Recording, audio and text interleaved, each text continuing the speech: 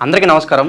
ఇవాళ మనతో ప్రముఖ ఆధ్యాత్మికవేత్త, జ్యోతిష్య వాస్తు పండితులు బ్రహ్మశ్రీ ఉమామహేశ్వరరావు గారు మనతో ఉన్నారు. ఆగస్టు నెలలో మిథున రాశి వారికి ఎలాంటి ఫలితాలు ఉండబోతున్నాయో వారి మాటలను తెలుసుకుందాం. గురుగారు నమస్కారం. ఆయుష్మాన్ భవ. గురుగారు, ఆగస్టు నెలలో మిథున రాశి వారికి ఎలాంటి ఫలితాలు ఉండబోతున్నాయి కాస్త వివరించండి. సర్వమంగళ మాంగళ్యే శివే సర్వార్థ సాధకే శరణ్యే త్రయంబకీ దేవి నారాయణీ నమోస్తుతే. ఓం గం గణపతియే నమః. ఓం శ్రీ గురుభ్యో నమః. శ్రీ క్రోధినామ సంవత్సర దక్షిణాయనం, అలాగే వర్ష ఆషాఢ బహుళ చతుర్దశి శుక్రవారం ఆగస్టు 2వ తారీఖు. ఇది ఆగస్టు 2వ తారీఖు నాడు ఆషాఢ బహుళ చతుర్దశి శుక్రవారం నాడు స్టార్ట్ అయింది. ఈ రోజును ఆరుద్ర నక్షత్రం 4వ పాదం ఉంది, హర్షణ యోగం ఉంది, వణజీకరణం ఉంది. తిదివార నక్షత్ర యోగ కరణాలను అనుసరించుకుని గోచార ఫలితముగా, అంటే ఈ రోజునాడు గోచార ఫలితాన్ని తీసుకుని మనం రాశి ఫలితాలని మనం చెప్పవలసి వస్తుంది. అంటే జన్మ ఫలితాలు కావి, రాశి ఫలితాలు అంటే గోచార ప్రకారంగా వస్తాయి. ఒక విధంగా సత్యనారాయణ అని ఉంటారు. సత్యనారాయణ అన్న వాళ్ళు ఒకరిద్దరు ఉండరు, కొన్ని లక్షల మంది కోట్ల మంది ఉంటారు. అన్ని లక్షల మందికి ఒకటే జాతకం రాదు. అయితే మనం చెప్పుకునే జాతకం ఏదంటే గోచార నిమిత్తంగా చెప్పుకుంటాం. గోచార నిమిత్తంగా చెప్పుకుంటే ఇప్పుడు ఉన్న పరిస్థితుల్లో ఈ యొక్క 2వ తారీఖు నాడు శుక్రవారం నాడు ఉదయకాలాన్నే మనం చూసుకుంటున్నాము. అంటే సింహలగ్నమైంది. లగ్నములో ఉన్న గ్రహ సంచారం బుధ శుక్రులు కలిగి ఉన్నారు. అలాగే కన్యలో కేతువు కలిగి ఉన్నాడు. అలాగే కుంభములో శని వక్రీకరించి ఉన్నాడు. అలాగే రాహువు మీనరాశిలో ఉన్నాడు. అలాగే గురుడు కుజుడు ఉన్న స్థానం ఎక్కడుంది? వృషభ రాశిలో ఉన్నారు. నెక్స్ట్ లెక్కలోకి వస్తే కన్యారాశి మిథున రాశిలోకి వచ్చేసరికి చంద్రుడు ఉన్నాడు. వేస్థానమైన కర్కాటక రాశిలో రవి ఉన్నాడు. గోచారం ఈ రకంగా ఉంది. గోచారం ఈ రకంగా ఉందంటే చంద్రతత్వంలో మిథున రాశి ఉంది ఇప్పుడు. అంటే చంద్రుడు ఉన్నాడు మిథునంలో. చంద్రుడు మిథునంలో ఉండడం మంచిదా చెడ్డదా అని లెక్కేస్తాం. మిథున రాశికి ఆధిపత్యాన్ని వహించింది ఎవరు? బుధుడు. బుధుడు చంద్రుని కుమారుడు. బుధుడు ఎవరు? చంద్రుని కుమారుడు. చంద్రుడు ఎప్పుడు బుధుడిని మిత్రత్వంగా చూస్తాడు. బుధుడు ఎప్పుడు చంద్రుని శత్రుత్వంగా చూస్తాడు. తండ్రి కొడుకుల మధ్యన అవినాభావ సంబంధాలు బాగోలేదు. అది ఒక స్టోరీ అనుకో, అది ఆ స్టోరీ ఉందో మనకు పని లేదు. మిథున రాశి వారికి ఏ రకంగా ఉంటుంది అంటే మనసు ఉత్సాహంగా ఉంటారు వీళ్ళు.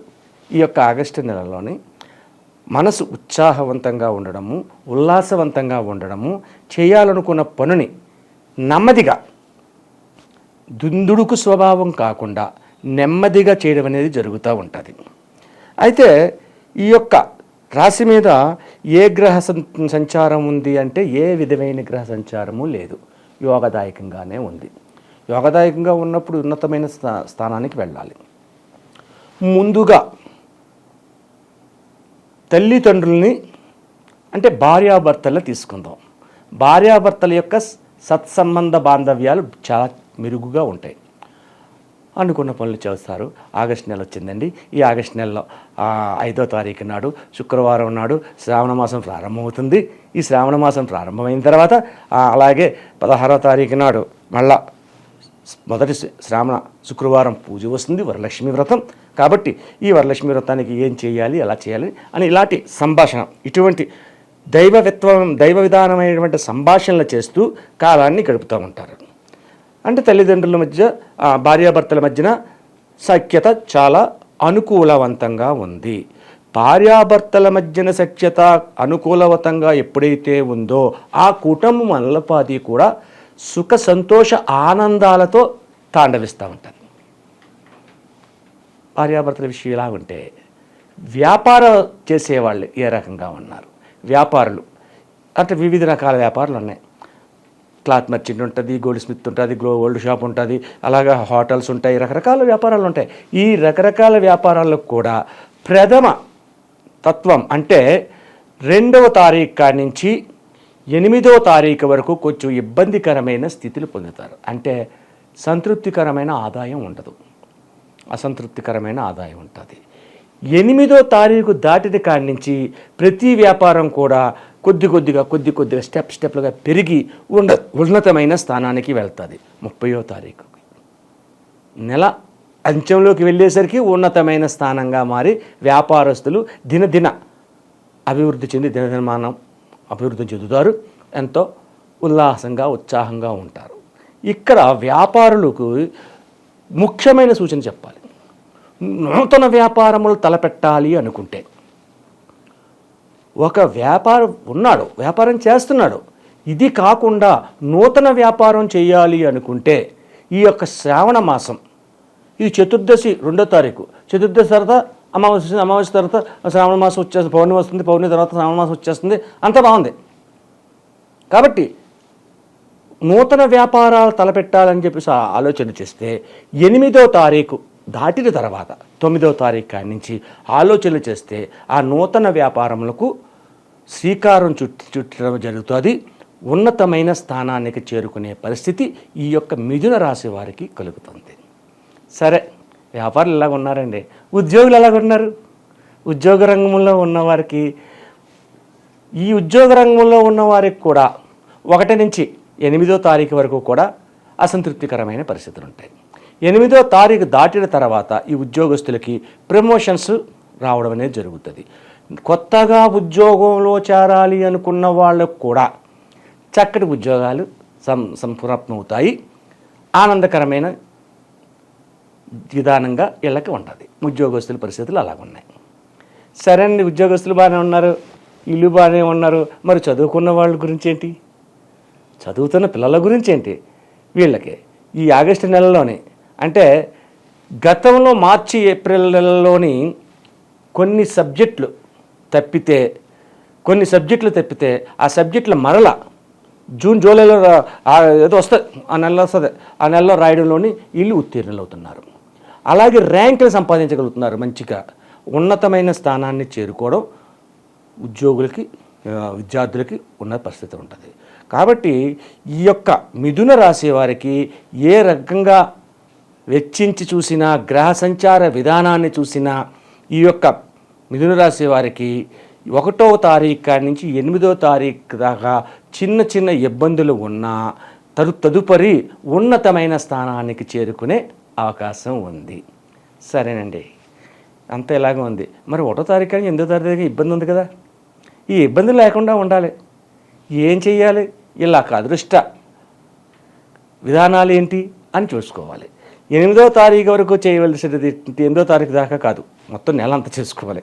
అది చాలా మంచిది. చేయవలసినంటే శ్రీ వెంకటేశ్వర స్వామి ఆలయం, తిరుమల తిరుపతి వెంకటేశ్వర స్వామి ఆలయమే కాదు చెప్తుంటా, చిరుకూలు బాలాజీదేనే కాదు, ఏ ఊరిలో ఉన్నా ఒక వెంకటేశ్వర స్వామి ఆలయం ఉంటుంది. ఆ ఆలయానికి కృష్ణ తులసి అనే ఆకులను తీసుకువెళ్ళండి. అలాగే పటికి బెల్లం సిప్స్ చిన్న పలుకుల్లా ఉంటాయి, ఆ పలుకులను పట్టుకెళ్ళండి. ఏ రోజు పట్టుకెళ్ళాలి? శనివారం నాడు ఉదయాన్నే సూర్యోదయం కాకుండా లేచి, సూర్యోదయం ఉదయించకూడదు సూర్యుడు, అప్పుడు లేచి తలస్నానం ఆచరించి ఈ యొక్క కొబ్బరికాయ, అరటిపళ్ళు, కృష్ణ తులసి ఆకులు, ఈ పటికి బెల్లం మిశ్రి ఇటువంటివన్నీ తీసుకుని వెళ్ళి అష్టోత్తర పూజ చేయమని చెప్పండి. భార్యాభర్తలు ఎరువు లేకపోతే బిడ్డలు అందరూ కలిసి వెళ్తే మరీ మంచిది. అష్టోత్తర పూజ చేయడానికి 15 నిమిషాలు 20 నిమిషాలు పడుతుంది, అంతకంటే పట్టదు. ఆ పూజ అయిపోయిన తర్వాత ఆ మిశ్రీని తీసుకోండి. ఆ మిశ్రీని 1/4 కిలో 200 గ్రాములు ఎంత పట్టుకెళ్ళి, ఎక్కువ పట్టుకెళ్ళి కొంచెం ఆ పట్టుకెళ్ళి అక్కడ ఉన్న భక్తులు అందరికీ పంపిణీ చేయండి, పంచండి. అక్కడ కూర్చోండి. కూర్చున్న తర్వాత వెంకటేశ్వర స్వామి ఎదురుగుంటా కూర్చోండి. ఎదుటి వాళ్ళకి పూజ చేసుకునే వాళ్ళకి, దర్శనం చేసుకునే వాళ్ళకి అడ్డుగా కాకుండా మీకు వెంకటేశ్వర స్వామి కనపడుతున్నట్టుగా ఉన్న విధంగా కూర్చుని అక్కడ కూర్చుని శివనామస్మరణ చెయ్యండి. ఓం నమ శివాయ, అరహర మహాదేవ, శంభో శంకర. లేదు, ఓం త్రయంబకం యజామహే సుగంధిం పుష్టివర్ధనం ఉర్వారుకమివ బంధనాత్ మృత్యోర్మృత్యయ మామృతాత్. శివ పంచాక్షరి కానీ లేకపోతే మహామృత్యుంజయ మంత్రం కానీ. అదేంటి గురువుగారు, విష్ణుమూర్తి ఎదురుకుండా కూర్చుని శివుని ప్రార్థించమంటున్నారు అనే భావం వస్తుంది మీలో. శివుడు ఎందుకు ప్రార్థించమనంటే, విష్ణువు యోగ నిద్రలో పడుకుని ఉంటుండగా ఆయన కనులు మూసుకుని శివనామ పంచాక్షరి చేస్తున్నాడు. శివుణ్ణి పూజిస్తున్నాడు. ఎప్పుడైతే మీరు విష్ణువు ఎదుర్కొంటా కూర్చుని శివనామ పంచాక్షరి చేయడం కానీ లేకపోతే ఈ మహామృత్యుంజయ మంత్రం చదవడం కానీ చేస్తే ఆయన ఉలిక్కిపడి లేస్తాడట. లేచి ఓహో భక్తుడు నాకు వచ్చాడు, ఇందా నాకు అష్టోత్తర పూజ చేయించాడు, నాకు ఇష్టమైన కృష్ణ తులసి తీసి వచ్చాడు, ఇష్టమైన పటికి బెల్లం సిప్సొట్టుకు వచ్చాడు, దాంతోపాటు నన్ను పూజించడే కాకుండా దేవదేవుడైన శివుణ్ణి కూడా ఎంత బాగా చేస్తున్నారా, మనోవాంఛా ఫల సిద్ధిరస్తు అని దీవిస్తారు. ఆ దీవెన వల్ల మనకు వస్తున్న కష్టాలు, నష్టాలు, ఇటువంటి బాధలు, ఇటువంటివన్నీ కూడా తెలియకుండా వెళ్ళిపోతాయి. కాబట్టి ఈ మిథున రాశి వారు ఈ యొక్క ఆగస్టు నెలలో ఈ రకమైనట్టుగా చేసుకుంటే సర్వే జనా సుఖినో భవంతు అన్నట్టు అందరూ బాగుంటారు. కాబట్టి ప్రతి వాళ్ళు ఇలా చేయండి. అలాగే వీక్షకులకు నా వీడియో నచ్చితే లైక్ చేయండి, కామెంట్ చేయండి. సర్వే జనా సుఖినో భవంతు. ఆగస్టు నెలలో మిథున రాశి వారికి ఎలాంటి ఫలితాలు ఉంటాయో తెలియజేసినందుకు ధన్యవాదాలు గురుగారు. ఆయుష్మాన్ భవ.